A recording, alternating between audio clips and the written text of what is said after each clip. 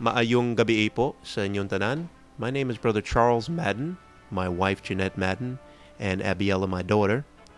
We are missionaries to the Philippine Islands of the southern part, Mindanao region. Our family would be actually doing ministry in the city of Cagayan de Oro City in Mindanao. There are many souls to be saved. We will be doing evangelism, tract distribution, soul winning, open air evangelism, door-to-door witnessing, and local church planting. Also, we will be teaching in local planted Bible institutes in the town proper.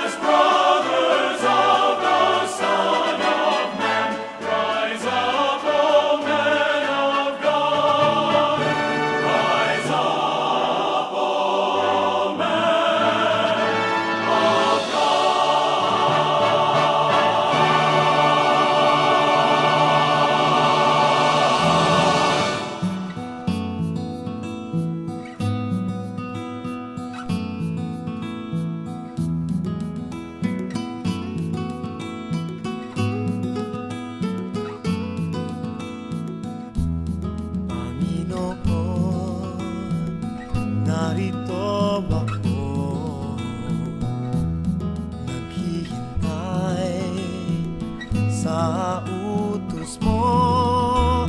Lahat ng yaman ko ay alay ko sa'yo.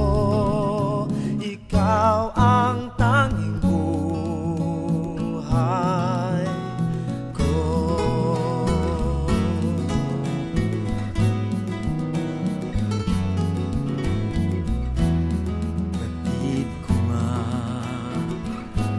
At natanto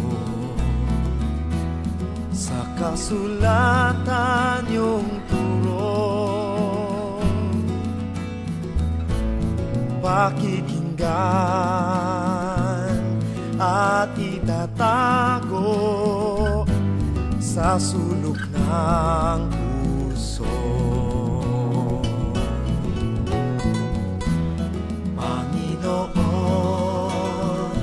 Narito ako,